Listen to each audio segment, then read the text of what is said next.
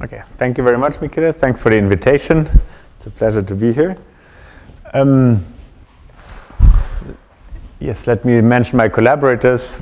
Two of them already mentioned. It's Walter Goldberger, Rafael Porto, and Ara Rothstein. That this work I'll be talking about is collaborated on with them. Let me start with an unnecessary motivation for this seminar series, probably. I'll keep it short. So I just Googled yesterday coalescing compact binaries and in quotation marks among the most promising, and it gave me 400,000 hits actually. So you must have heard this sentence before, that coalescing compact binaries are one of the prime sources for direct detection experiments. And there's a lot of excitement, of course, in the field because within 2 years or so, we're expecting to finally achieve direct detection with gravitational waves. In particular, the event rate estimates are shown here. Even if you're pessimistic and divide it by 10, it's still, from this number here, would be 1 per year. And it seems very promising. So these compact binary coalescence are famously coming in 3 stages. The initial inspiral phases were the two, let's take the black holes for, let's take black holes as examples where they're still very well separated. Their separation is much larger than their size. And then there's finally the merger ring down phase. I'll be talking about how you can calculate perturbatively during the inspiral phase, how you can calculate the waveforms there. And in particular, in the LIGO band, there can be up to order 10 to the 4 of these cycles in that band. And we can compute them perturbatively in a non-relativistic expansion, an expansion in typical 3 velocity squared, which is also related to the other expansion parameter of perturbative GR, GM over R, by the Virel theorem. And since you can observe so many of these orbits in the frequency band, we need to know the phase very, very precisely for matched filtering. And how do we compute the phase? Well, the phase is computed usually in the adiabatic approximation using the energy balance equation, basically stating that the power emitted in gravitational wave should update the conservative energy of the system orbit by orbit. And from this energy balance equation, we can extract the phase that we're after. So keep in mind, in order to get the phase, we want to compute the conserved energy as a function of the orbital frequency for circular orbits, for example, and the energy flux or power emitted in gravitational waves also as a function of the orbital frequency. And in order to do it well enough for LIGO, and especially for parameter extraction, usually the law is that you need to know it at least to a third post-Newtonian order. The higher order, the better, usually. So there's clearly a need for higher precision calculations here, precision gravity calculations, because third post-Newtonian order is, let me remind you, Newtonian is leading order, so it's next to leading order calculations. That's becomes pretty technical and complicated, so as we will see. And another motivation for looking at higher orders in the PN expansion is also the comparison and maybe matching to numerical waveforms, analytical waveforms. So in general, this two-body problem in GR, the binary system GR, is insolvable. You know, GR is a nonlinear theory, and on top of that, there's a whole bunch of different length scales involved in the problem. So if we, instead of solving it exactly, want to get perturbative solutions, solve it perturbatively, it's really important to disentangle the separate scales and try to treat only one scale at a time, breaking, typical strategy to solve a problem in physics is to break into small pieces, and each of them becomes easier than the big problem, of course. So one very powerful tool to achieve this, to study such multi-scale systems and treat each scale separately, one at a time, is called effective field theories. And one big advantage is that you can treat these systems in a controlled and systematic way using effective field theories. So let me describe you how effective field theories are set up. So first, I should say, what are effective field theories? The basic philosophy effective field theories are based upon is that the physics at very small distances is negligible when we're interested in physics at longer distances than this physics. So for example, when we're teaching freshman mechanics, we don't need to teach them about quantum mechanics or about string theory, or about things that are more relevant at short distances. Yes, so this effective field theory framework is actually a technical description how to go from a more complete short distance physics description to an effective long distance physics description. And it's based upon the so-called decoupling theorem, which states that the short distance physics, or the degrees of freedom that are important at short distances, when I'm looking at long distance effects or measurements that are only relevant at long distances, those effects of the short distance physics appear as local effects.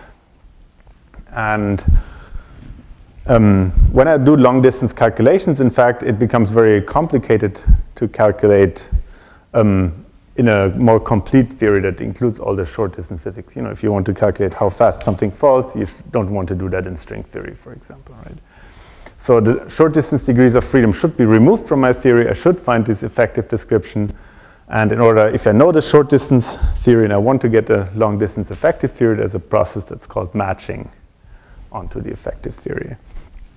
So it's so important to work with effective descriptions instead of more complete descriptions, because the calculations become much more simple. Many times we have to compute integrals. If there are 3 different scales that can enter an integral, they become just completely intractable, whereas if there's just one scale in the problem, they're easy to do, and also the physics many times becomes clearer. And I said that the short distance physics only appears as local effects at long distances. You know, if something only propagates over an inch or so, and if you can't resolve an inch because you're doing a long distance experiment, we can only resolve length scales of order a mile. Obviously, if something propagates over an inch, it appears point-like. So that's all this decoupling says. But what's important to mention is that the symmetries of the system and completely determine the form of the effective theory, and the scales provide an organizing principle. So I can write down an action given a set of symmetries of all terms I can write down possibly that respect those symmetries, and then there will be a hierarchy of these terms in the action, and that hierarchy is given by a hierarchy of different length scales. Can you give an example of this short distance, another short distance effects that appear only as a local effect?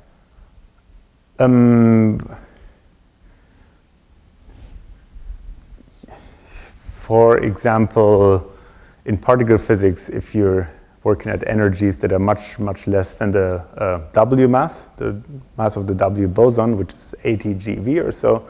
So if you, for example, look at beta decays of, let's say, a neutron goes to a proton and electron and a neutrino, antineutrino, then you don't need to describe this process having actually the W boson as an explicit degree of freedom. You can match to an effective description with which is the 4 Fermi theory, and not have the W in there. And that theory is a local Lagrangian, or a local Lagrange density. The standard example for that is friction, dissipation. Friction is a very complicated thing with atoms, but who cares? Position of a particle experiencing friction because it's just local, just due to its velocity. And you don't care about all the various atoms and atomic physics that goes into it. You've integrated that out. One parameter that multiplies the local velocity of the point. That's the classic case of decoupling. Okay. So I'll also show it in the case of the binary system. So let me show you my not so nice hand-drawn figure that shows you the scales. Here's some light so we can see you. Thank you. Thanks, Michaela.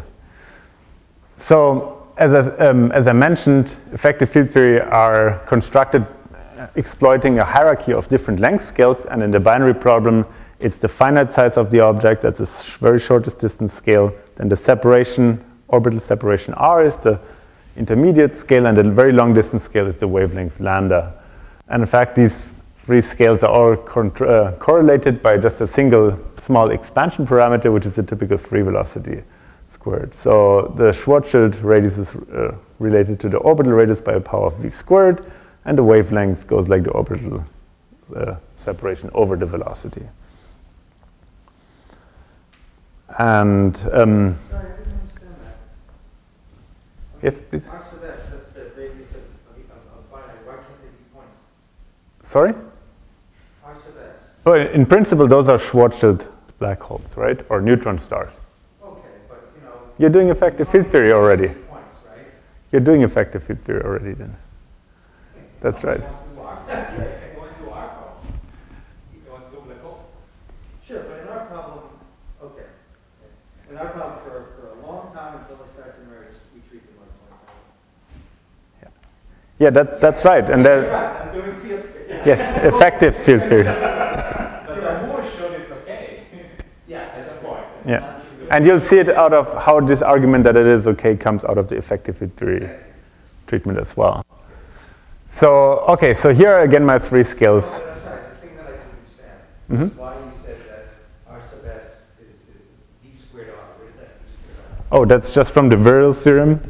Yeah. That 1/2 mv squared goes like gmm over r. But why does the radius of the Because it's m. Because it's m, right? It's the R sub s is 2m. Yes, so it's compact objects. So if for yes, so for a neutron star, there's a factor of a few there, but it's a it's a squiggle. So we can also use it for neutron stars, but keeping in mind that it's there. Okay.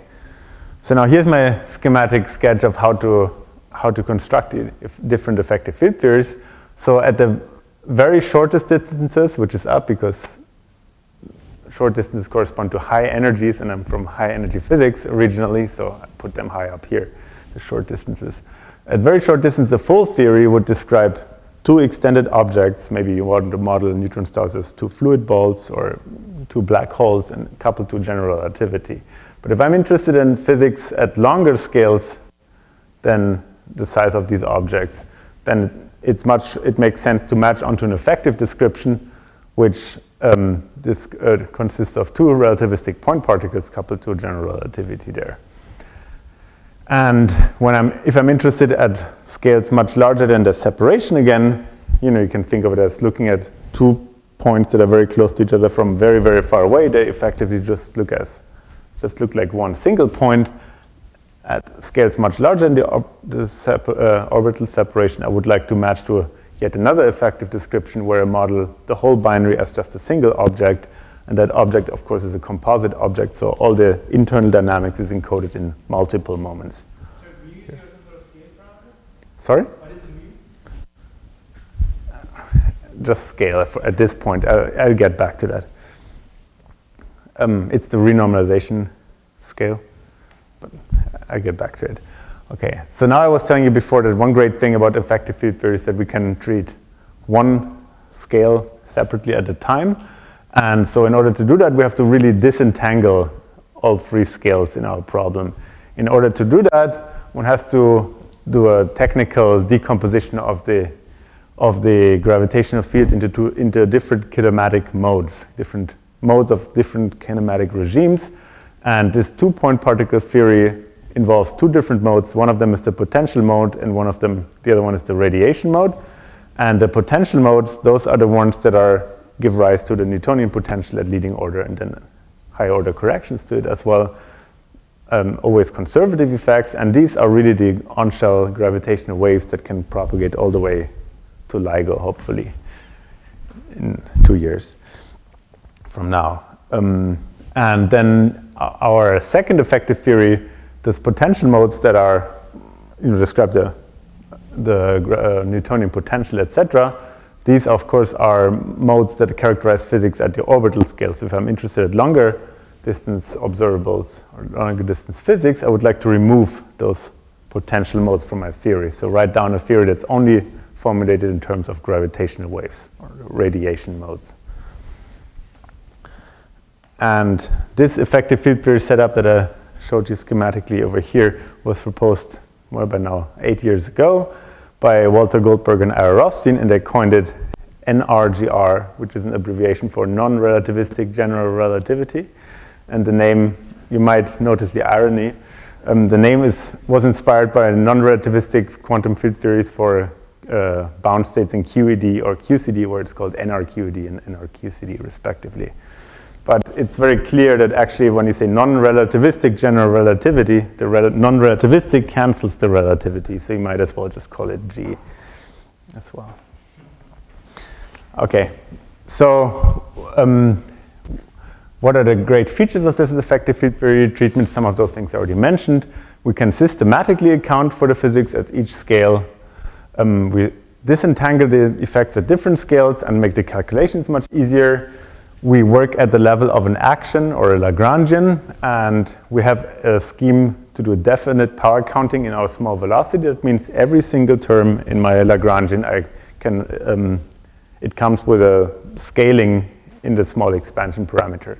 So there's no guesswork involved if I want to do a calculation at second post-Newtonian order, which terms I have to keep and which terms I can drop, and in which way I have to combine them in order to arrive at second post-Newtonian order, for example.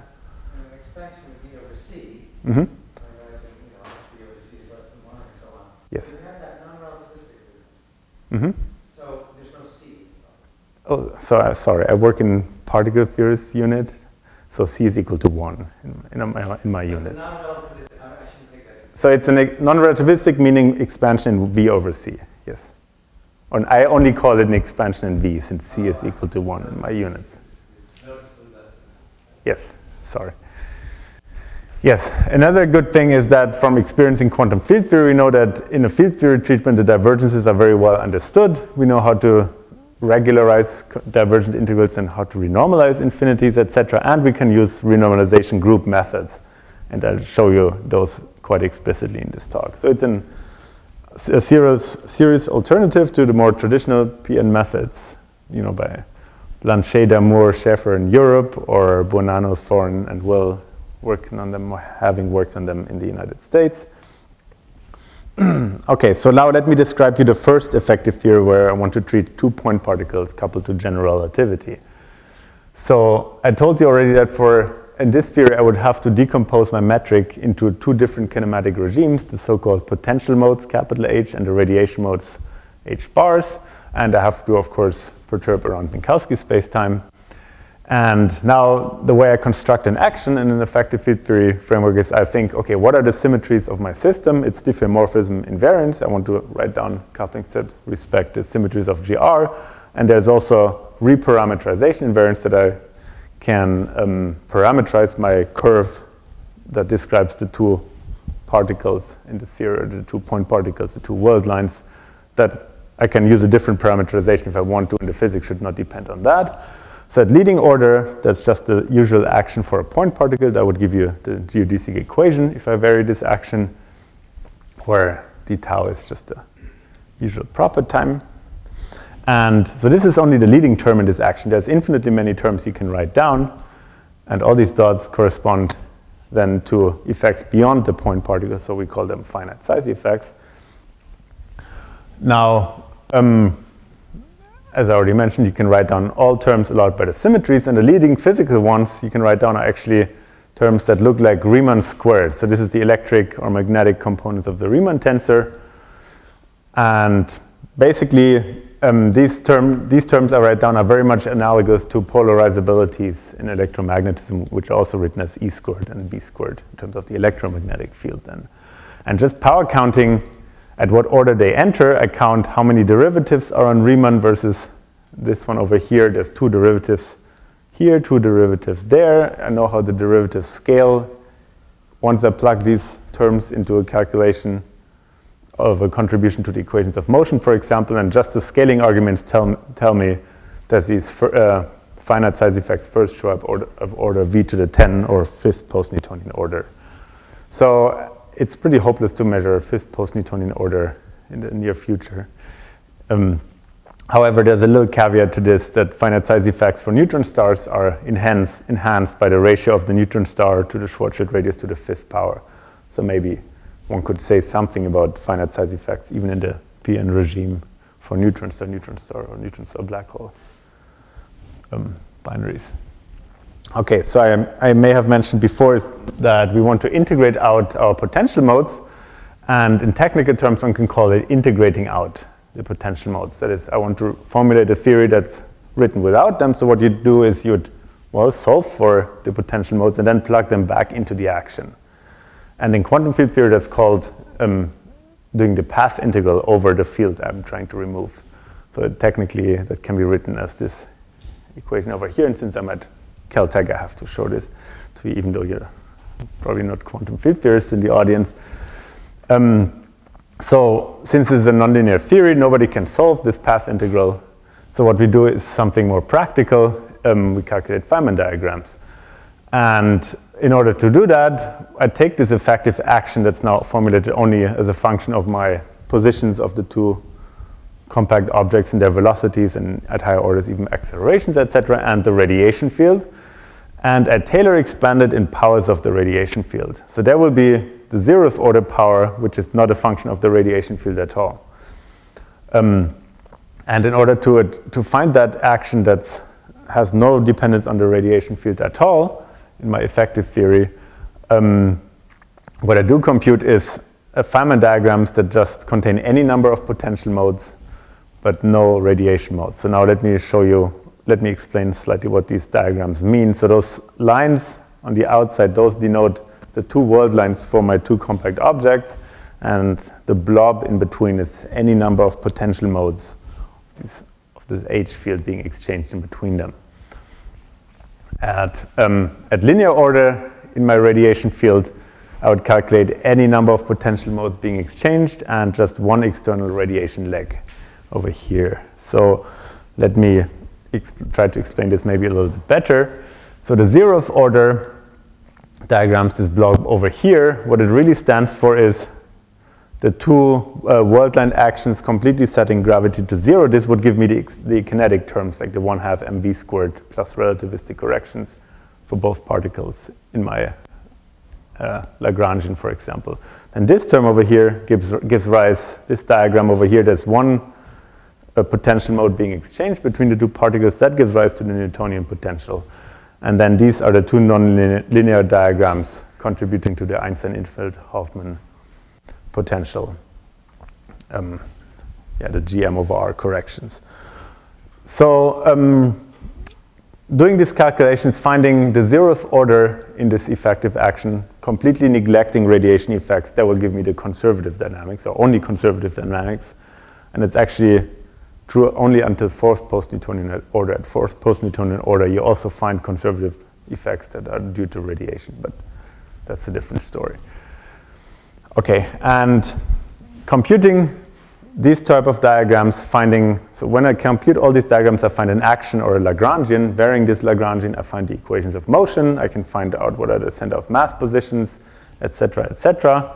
How is the frequency related to the separation? And then I can get the energy and find it as a function of the orbital frequency. So remember, that was one of the two ingredients needed to compute the phase. So most of the work done in this effective field theory has been in finding potentials or solving for the conservative equations of motion. So how high do you know E then? Sorry? How high do you know P and what do you know E to? It's 3 pm, we know 3.5 pm to 0 in the standard approach. Yes, that is true for spinless things. Yeah, that's right. So it's 3pn, and there's a group that's also working on 4pn. But 4pn is a very hard calculation. Yeah. So yes, the effective field theory has now caught up in the potential calculations. That's right. And actually, for spin calculations, spin effects, many times the effective field theory results were before the traditional methods computed in at 3pn, for example. So with this, just with this conservative part, you can not just calculate the energy, but also, for example, like the precession of the That's right, yes. Yes. I was focusing on LIGO waveforms. So. But I presume that's been done, you get the right answer, and so on. Okay.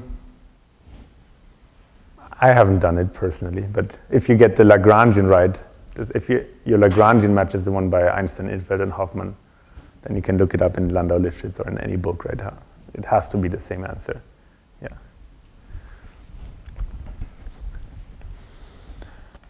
Okay, so now my talk will focus on radiation effects. That's why I said gravitational radiation in my title. So in this case, one needs to consider the action that is actually linear in the radiation field, and that I can find from Feynman diagrams that have any number of potential modes being exchanged and one radiation mode being emitted. Okay, so yes. There, of course, are higher orders, second order, third order, etc. You can count. Second order, if many of them are actually determined by diffeomorphism invariance just from the linear action here. And I'll get back to that later. Okay, so by doing this type of computing these type of Feynman diagrams, so between the 2 point particles, there's potential modes exchanged and one radiation mode coupling to them. I can write that whole diagram after integrating over these potential modes as, well, basically just parameterizing it as something that's linear in H, okay? And that's what I say is my definition of this object T mu here. That's not the usual stress energy tensor, that's really the stress energy pseudo tensor, which does contain gravitational effects due to the gravitational field itself. So for example, the Newtonian energy is in there as well. Okay, so in order to find a completely uniform power counting in our small expansion parameter V, when we do calculate these diagrams, I actually am forced to tailor expand our gravitational field in the action around just a single point. If I do that, that effectively shrinks the 2 point particles to just 1 point particle. Okay, so even formal arguments that are inspired by effective field theory force us to effectively describe it as just a single point particle, a single word line. And it has an action that's in a multiple expansion form. I'll show you more about this soon. And this action of this multiple expansion for my radiation theory, I could already write it down without doing any calculation, without calculating any diagrams, by just writing down all the terms that are allowed by the symmetries. Again, diffeomorphism invariance of GR. And then there's a whole bunch of unknown coefficients I need to fix. So this would be the top-down approach, calculating diagrams, and I can write all these diagrams as an action that goes like integral d for x t mu nu h mu nu, or I can go bottom-up, saying that I know what the symmetries of my system are. I can write down the most general multiple expansion action. And I will describe in a bit how to connect the top-down and the bottom-up approach and then match to find the form of this effective theory. But I would like to take a step back and talk even more generally than about binary systems and just think about a source of radiation at long wavelengths. So let's think about E&M for just one slide. If you would like to describe a gravitational wave source in the long wavelength approximation, saying that the size of the source R is much, much smaller than the wavelength, you'd usually see that done at the level of how to calculate the field due to that source. But I would like to show you how this looks like at the level of the action. So what I'm going to do is I would just write down everything that's invariant. So for example, there's the electric field here, and then there will be derivatives, first derivative, second derivative, etc. of the electric field, and there will be the magnetic field I can write down terms as well. There's one term that's not written in terms of the gauge invariant E's and B's, but this is gauge invariant up to a total derivative. So that's fine as well. And this very first term, that's the monopole term, that's just the coupling to the total conserved charge of the system. That sources the static Coulomb potential of my long wavelength source. And all of these guys, so the linear term, the zero order derivative term of the electric field, that's the dipole moment. This is a quadrupole moment. This is the octupole moment of electric parity type, and then there's the corresponding magnetic parity type ones as well. So in GR, you can do the same thing. You just write down the most general action that's allowed by the symmetries. So now here there's my monopole term. In this case, not the charge, but it's the total mass, so the conserved energy of the system, and there's also a coupling to the angular momentum. So those first two couplings here, they source really the Kerr background that is there due to the presence of the gravitational wave source. So when the source emits gravitational waves, they don't propagate now in Minkowski spacetime, but they propagate in a Kerr background sourced by the mass of the source itself, and the angular momentum, and that's described by the first two lines over here. In the second line, the terms are couplings to the electric and magnetic components of the Riemann tensor, and those correspond to a quadrupole, octupole, etc. couplings of both magnetic and electric type. So this is completely general. I didn't tell you anything about two-body. I don't need to say anything about the two-body problem, about binary inspirals, etc. Any gravitational wave source in a long wavelength regime will be described by an action of exactly this form. All that will differ, all that tells me this is a binary system, for example, all that information will be in my coefficients, which are these multiple moments I and j over here. Okay, so there are two different expansions involved actually in the multiple expansion. In ENM, there was only the expansion of the size of the source over the wavelength. But in GR, we also have non-linearities, which give us a second expansion parameter, and it's the post-Minkowskian expansion. And this parameter I call eta, and for you to remember, I put a box around it because I'll be talking about eta in what follows for a bit. And eta is the ratio of the gravitational radius due to the mass of the source divided by the wavelength. So in the PN regime, the multiple expansion parameter scales like V. So for example, if I calculate the waveform due to the quadrupole, and then I compare it with the waveform due to the octupole one will be down by 1 power of V, since it's one order higher in the multiple expansion. And my nonlinearities expansion parameter eta, that scales like V to the third power over here.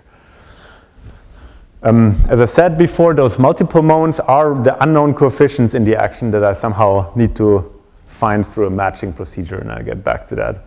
But now let's just first consider a more general system. Yeah. Okay, so now if I have this long-distance effective theory, and I would like to calculate an observable, how would I do it? So you could just compute probably the standard GR textbook way and calculate the waveform, HRJ transverse traceless, and from the square on the time derivative of this, you can extract the power. But there's another particle physicsy way of calculating the power emitted in gravitational waves, and it comes from computing one graviton emission amplitudes, and it's denoted by a Feynman diagram that has one external radiation modes, and the blob here can be nonlinear interactions. Now if I take this graviton emission amplitude and I square it, then I can actually find the differential rate of graviton emission. So how many particles are emitted per time differentially. So if I want really, I'm after not the rate of particles. Well, we don't want to talk about particles at all for classical applications, right? But in terms of gravitons. But since it comes from particle physics, I don't know how to explain this part without thinking of particles. So if this is a differential rate of quanta emission, if I multiply the numerator here by the energy, which is on shell just canceling this k over here, and I integrate over it, I find this formula over here, and that does give me the correct equation for the average energy flux or power emitted in gravitational waves. So, for example, in linear theory, that means that's in my linearity expansion parameter order eta to the zeroth. These amplitudes are basically just the action. And squaring them, I find the quadrupole formula. This is the current quadrupole and octupole corrections, etc., etc. So that's very simple and a bit different way to compute these. However, my theory does contain nonlinearities, and probably should have called this nonlinear corrections. The radiative corrections is more like a particle physicsy way of describing that. But my theory does contain nonlinearities, and in particular, I can connect several multipoles of my system to one wave being emitted. And that's what we'd like to look at. And the leading term here is the interaction of the one multipole moment that radiates, for example, the quadrupole moment with the mass of the system. That's the so-called tail effect. And let me show you that as a Feynman diagram. So you can think of it as one quadrupole moment that's time varying emits a gravitational wave, and that gravitational wave does not propagate in free Minkowski spacetime, but instead it propagates in the Schwarzschild background sourced by the mass m, and over here it scatters off the geometry of the Schwarzschild background it propagates in. More precisely, this diagram with 1 power of m over here, that effectively, that part gives us a 1 over r potential. So this really is just the propagation in the Newtonian potential sourced by the gravitational source itself. Okay. If I compute this, this amplitude includes an integration. This integration is actually of the form of a one-loop Feynman integral, and it does contain an infrared divergence. Let me explain 1 second my notation here. Now this double line over here, that just denotes the position of my binary system. Okay, so it's not really a propagating particle over here. That means it's not a loop. This line here is not really there. It's just to show that the coupling to this quadrupole and the coupling to this mass is at the same, from the same binary. Okay, so it's all classical physics, of course. Here's the expression for the amplitude that I find, and when we find an infinity, we have to somehow regularize our integrals. We use dimensional regularization, where we say we don't work in strictly 4 dimensions, but we say we work in d dimensions and then take the limit d goes to 4 at the end. And you find there's a term that's singular in 1 over d minus 4. So it blows up when I set d is equal to 4. And this infrared divergence stems from the long-ranged 1 over r potential. And once I compute an observable, it just simply drops out, okay, out of the power. And the reason for it is because I have to square the amplitude. And at order eta, this would just be leading order amplitude times this correction over here, and that would be just a purely imaginary term. And more generally, actually, one can show that this infrared divergence is exponentiated to a phase. Weinberg has shown that in the mid-60s.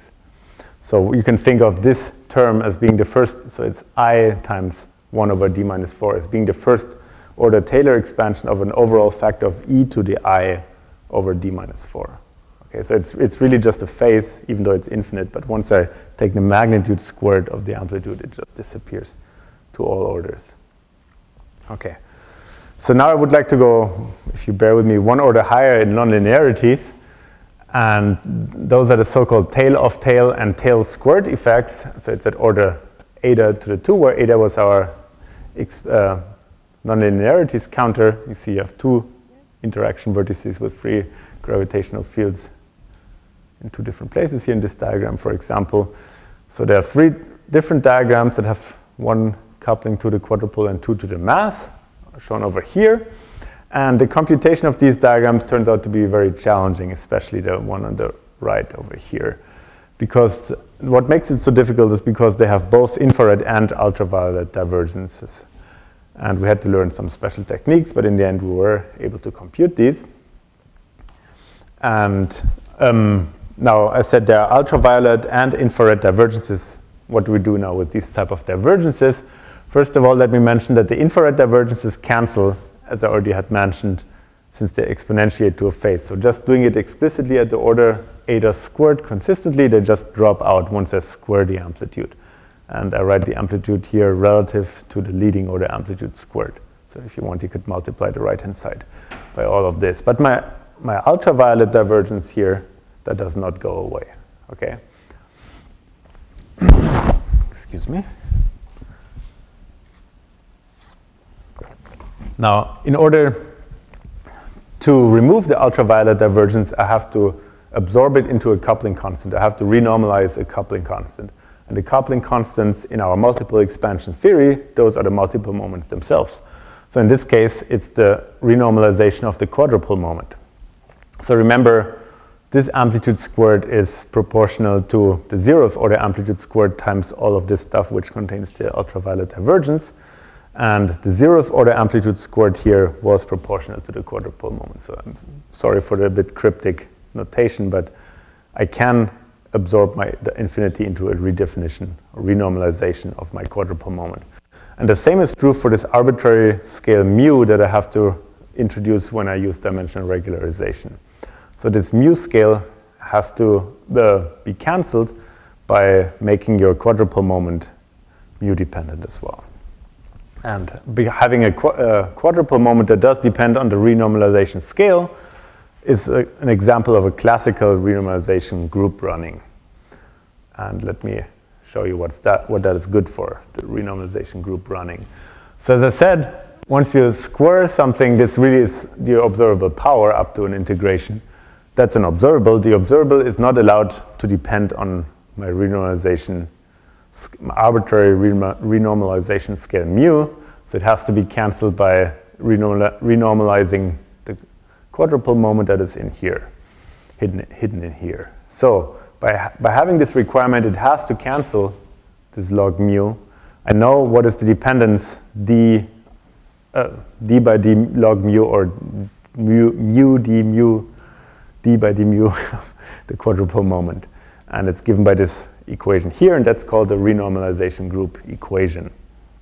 So I know what's the logarithmic, what is the dependence of my quadrupole moment on this log mu term. There's some coefficient in front of it. Okay, so that's a very simple differential equation. The solution is just an exponential. So it's e to the some number gm times the gravitational wave frequency squared. And remember, the frequency goes like 1. So it's really gm over lambda, which is also our expansion parameter eta. So this is an order eta. This is eta squared really as well. Okay. So it exponentiates with some factor times gm frequency times a logarithm. And typically we would choose our renormalization scale to be 1 over the wavelength, this scale mu to be 1 over the wavelength, and have another renormalization scale I want to relate it to be the orbital scale. And let me explain you this briefly where this comes from. So as said, we would like to calculate radiation observables, and to compute a radiation observable like the power, I would like to do this at the scale of the wavelength, the natural scale of radiation, of course. However, to match from my effective description in terms of 2-point particles to my effective theory of this multiple moments, this has to be done at the orbital scale r. Okay, so doing this matching, I would find my quadrupole moment, for example, defined at the renormalization scale 1 over r, or 1 over mu is equal to r, but I need to use it in computations at a different scale. Okay, so this renormalization group running that follows from this renormalization group equation over here, and the solution being this exponential over here, which relates the quadrupole moment at some scale mu to some other scale mu naught. So that you basically buried the tail in L terms into an effective quadrupole, and then you assume that effect. Only the logarithm part. Okay, and then using that to compute the radiation of the far zone. So from the radiation perspective, you have this deformed quadrupole moment that contains the physics that you did on the smaller scales. Is that right? Can you say it again? Keep going. So I'm trying to figure out how you get from here to the actual radiation. But maybe so basically, I have to square this formula. Yes. And I will argue that this is really a lambda, and then I would argue that this mu in this equation would really be the orbital separation. So it will be a logarithm of v in the end, in the Pn expansion. okay. This just goes away by renormalization of the quadrupole moment. But so if I calculated this in my 2-point particle theory, I would never find a divergence, and I would never find this arbitrary renormalization scale. But I would only know what's the logarithm here. So I would only be at a fixed order in the Pn expansion. This exponentiation will give me 1 plus a logarithm that is of order v to the 6th, plus a logarithm squared at the order of v to the 12th, so at 6 post-Newtonian order the logarithm, but it has the coefficient in front of that logarithm. I'll show you that in just a second. Yeah, so we are actually predicting more than what we only calculated a fixed order, but we're predicting something to all orders, and it's the pattern of logarithms. I'll show you in just a second. So effective field theories are very useful to resum large logarithms that appear, and using these renormalization group equations. And what does large logarithm mean? A large logarithm mean, for example, in QCD applications, you'd find sometimes that you calculate something at leading order, and let's say that's just 1, and you compute the order alpha, or alpha strong correction to it, and it's alpha times the logarithm of a ratio of scales. So for example, for heavy meson decaying, you might find that this is the logarithm of the ratio of the W mass to the B quark mass, or something like this. And this logarithm then can compensate for the smallness of the strong coupling constant, which is not so small, but still small in this regime for these applications. So you'd find something that your perturbation series, due to these big logarithms appears to be 1 plus something order 1. So in these applications, it's absolutely essential that you do these resummations solving the renormalization group equation. If you don't, you just have a completely meaningless answer. And unfortunately, in terms of citations of our paper, in gravitational wave physics, those logarithms cannot become large. And the physical reason for that is that my coupling constant, which in QCD was just alpha, in this case, is this nonlinearity counter, which is the Schwarzschild radius over lambda. And then in my logarithm, I would find the ratio of the orbital scale over lambda. So of course, both of these things, eta and r over lambda, are small numbers, but would require for the logarithm to overcome the smallness of eta squared, that this ratio is much, much, much smaller than eta. So if you look at it, that would mean that the orbital size over the wavelengths would have to be much, much smaller than the Schwarzschild radius of the wavelength. But obviously that's not possible. There's no gravitational wave source that's way, way, way smaller than its Schwarzschild radius. So unfortunately you're saying, because it means you still have to compute all the high order PN, the non-logarithmic. No, unfortunately, I meant for citational purposes of my own paper. But no, if those were big logarithms, then all the previous calculations would be basically meaningless, just like an order of magnitude calculation. If those logs were big, but so then it would be essential to resum those logarithms. When now we do resum those logarithms, we find logarithmic terms at some post-Newtonian order to some power. And we know the coefficient of it already by having done a lower order calculation. But we don't know the other terms at that Pn order from this procedure. And those logarithms are not enhanced by any scaling argument, at least. But they might be numerically, by coincidence, maybe enhanced, depending on the coefficients. Yeah. I was going to say, so this gives you the 3Pn multiple and the phase using 6Pn. Yes, I'll show you in a second. So even though it's not essential to resum them, I already told you that it gives you the pattern of logarithms. Okay, so in the post-Newtonian case, so this was actually complete, until here was completely general for any long wavelength source. But applying it to the Pn case, we predict the nth power of a logarithm at the 3n post-Newtonian order. And one future application of this is that you can actually then write down resummed waveforms where you have some factor that does resum all these logarithms to all orders. And one could incorporate this, for example, in the EOB as well, as one systematic ingredient to the EOB.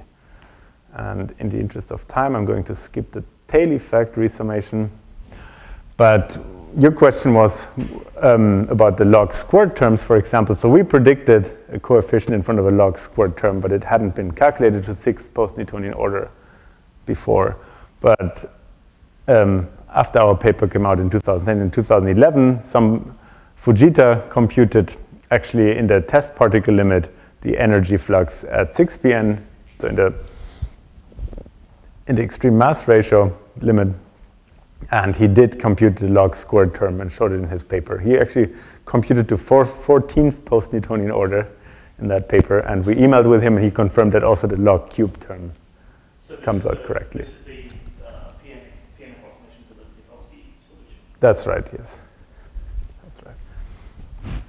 And the tail effect that I skipped are the other two check marks here. Okay, let me briefly tell you now how you can do matching. So I was telling you that I could just bottom up write down this has to be the form of an action, and there are some unknown coefficients, my multipole moments, that depend on what's the nature of my long wavelength source. And my top-down approach I told you about was you calculate Feynman diagrams with any number of potential modes being exchanged between the two world lines in the short distance theory and one external radiation field. And that, I said, I could write that action as a integral d for x, t mu, h mu. Of course, now it looks trivial to compare these two actions. Actually, no, it doesn't, right? So how can we connect these two actions that look completely different? Well, first of all, I already mentioned that. I would have to Taylor expand the radiation field in my top-down action, and then I have to decompose it into symmetric trace-free tensors, so you can perform that multipole expansion at the level of the action completely.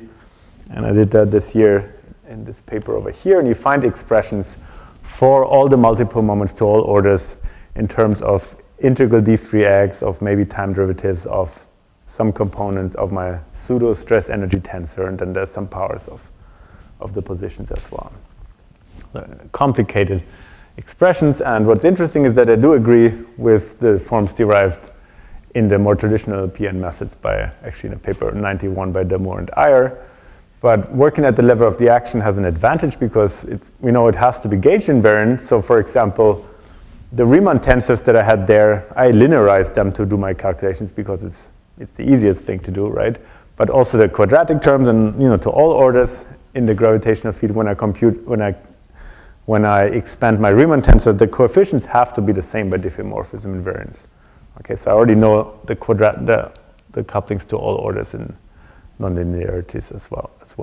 And having gone through this exercise now makes calculations of gravitational and radiation observables much easier.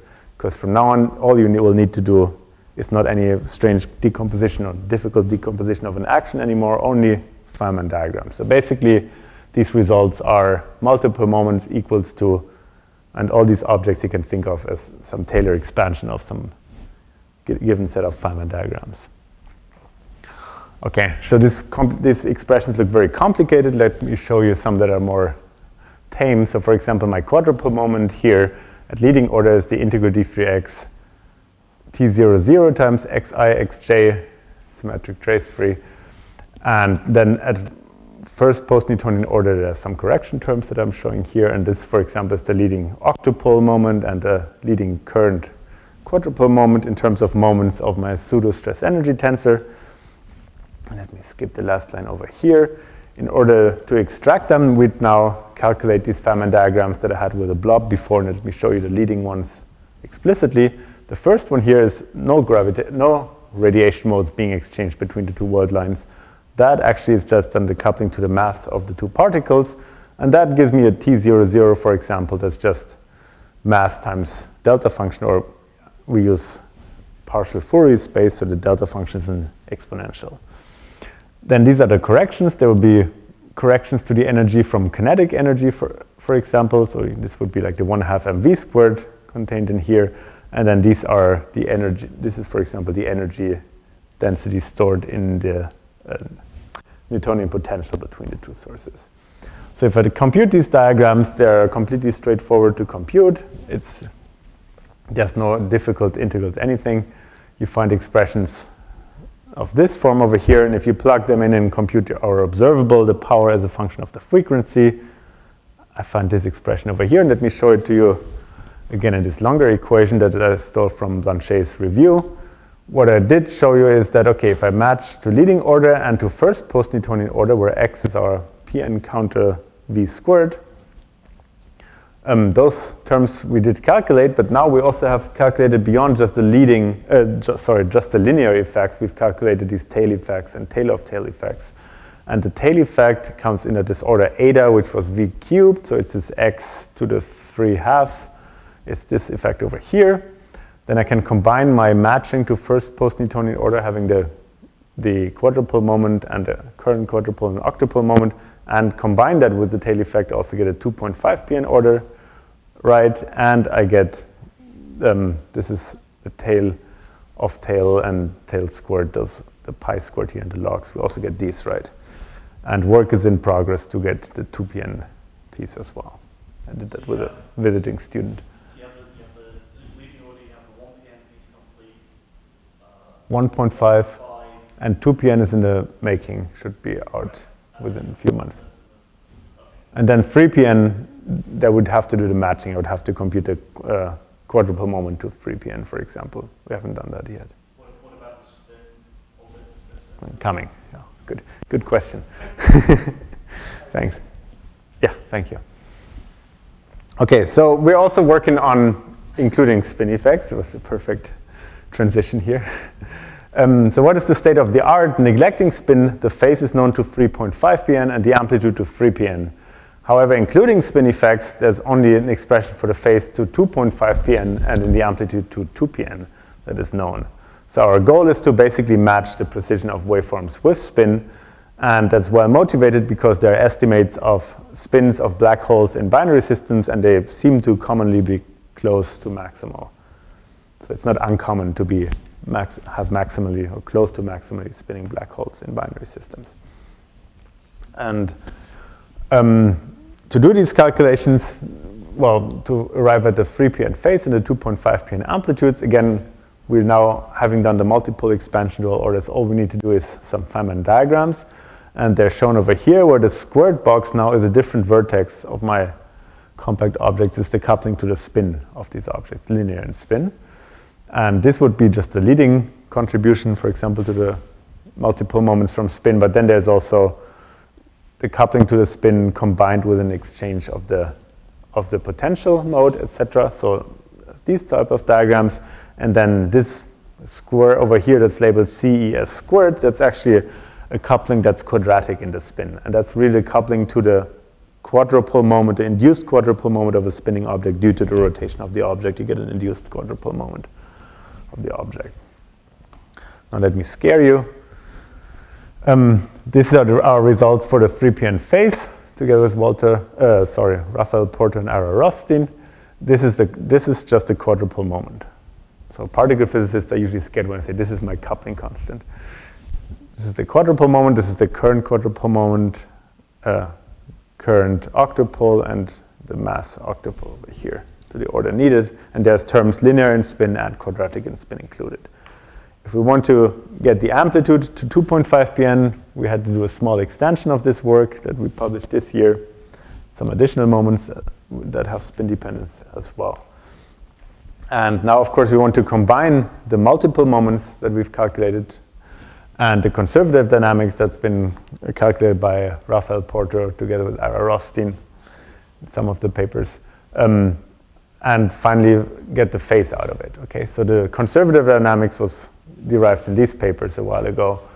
All the multiple moments are now known for the 3pn phase and the 2.5pn amplitudes in our work, and now work in progress is to combine all of these ingredients and bring them into a usable form and to create templates.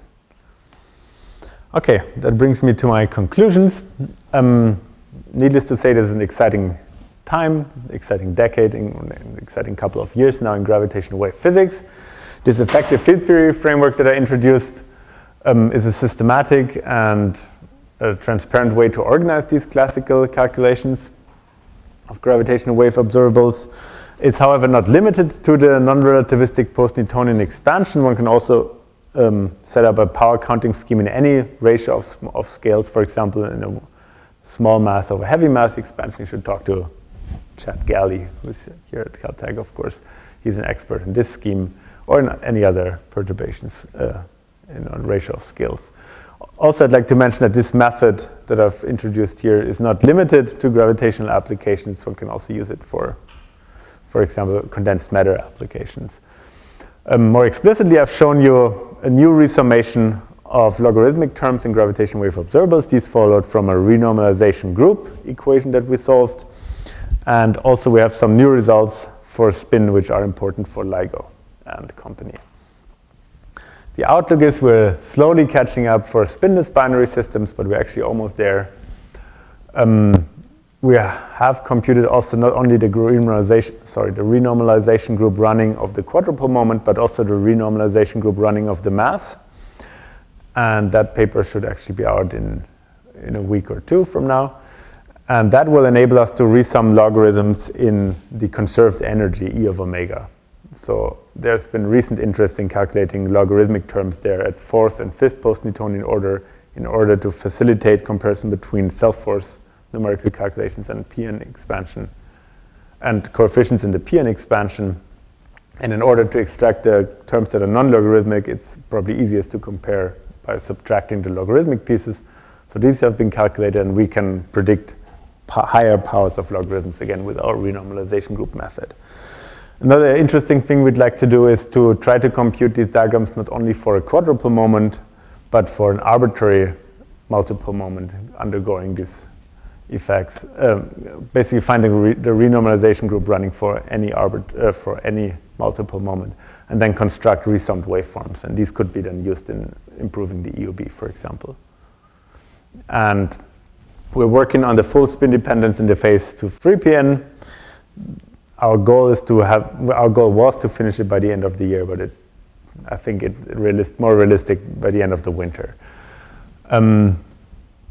Which is short in California, but longer in Pittsburgh. And eventually would like to reach 3.5pn precision for binary systems with spin, and also there's further improvements of the NRGR formalism as well that we're working on. Thank you.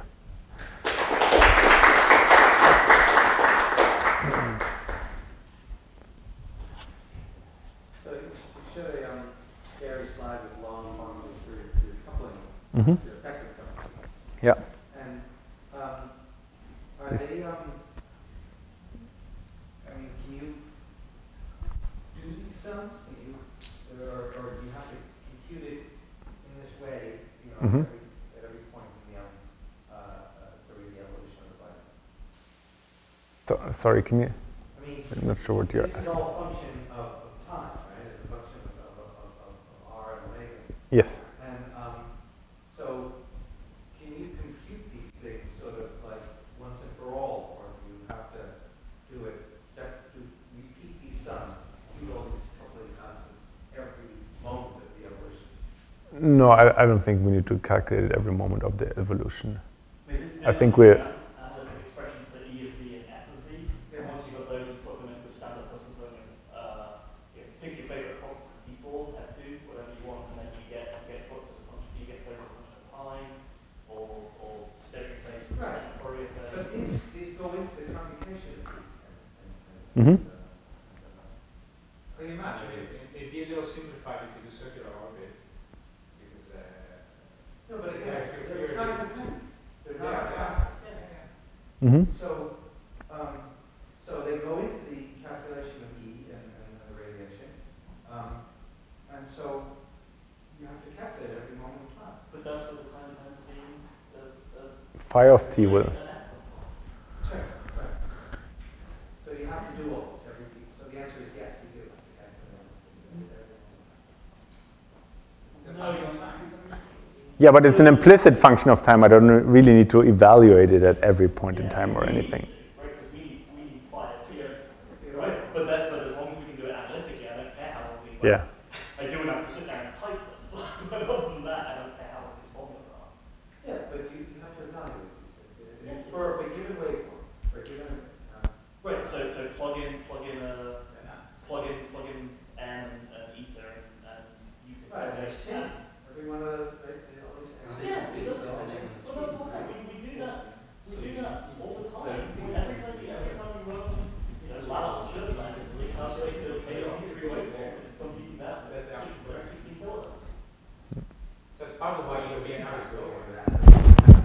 No, no, it is because so if you look at what say a Taylor T3 approximate does, right? What you've done is you've taken E of V and F of V, and you've combined them together in a particular way to get phi of t.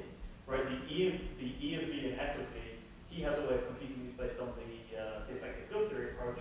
You can take just the Shea-Aya-Will Weisman approach where you have to write down the source multipole moments, you have to do the integrals over the body, the multipole moments are function of time, etc., etc. You take those, the time dependence of the gravitational wave system is in those, you put them together into E, you put the others together into F, we put them together in an approximate. We don't care how complicated these are because it's buried in the literature. That's how we get to see it. We just pick up, if you give me E of V and F of V, I can construct any waveform you get. All this time dependence here is very important for E of V and F of V. You show that if you go a couple of slides further, the ones with the ticks on where you tick The one with the one with the ticks where you checked off the check marks. Yeah. There you go back. That's the flux as a function of V. Mm-hmm. And he's computed that all that stuff gets collapsed down into those terms that he has the check marks. That's right. So with spin there will be additional terms. We should mention it. It will get a little bit longer. But the amplitude corrections kind of look like that, the thing you were showing before. Right. The amplitude corrections are Those are the nasty. Yeah, amplitude corrections are nasty. Well, we don't anymore. We do NRGR. Well, actually, what I was going to ask is for the spin terms. Mm-hmm. Do you need to worry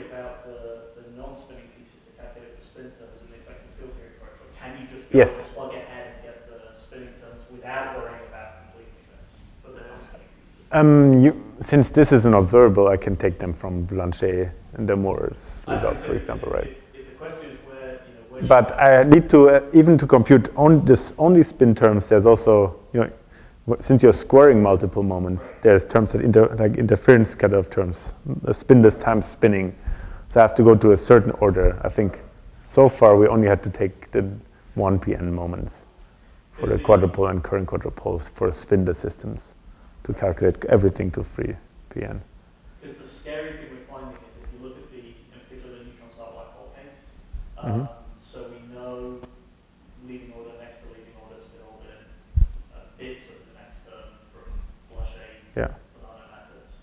We know, leading order spin spin and bits of the next to leading order spin spin. Spin pieces we know, you actually get pretty bad convergence with all the different PN waveforms for these neutron star black hole. And the different approximates disagree at really depressing things like V of 0.19, which is, so not V squared, V of 1.19. Wow. So it's, and that's a long time before ISCO, right? So there's a lot of stuff. So I think any encouragement I can give you to calculate higher order spin terms, it's really important, I think. That's what I don't think we've realized how important knowing because all the methods like PTF and PCB2P and all they all require a known phase, right? So it's getting these spin terms is really important beyond what we've done at the moment. By the end of the winter in Pittsburgh, I think we'll have them. Never, but Ajit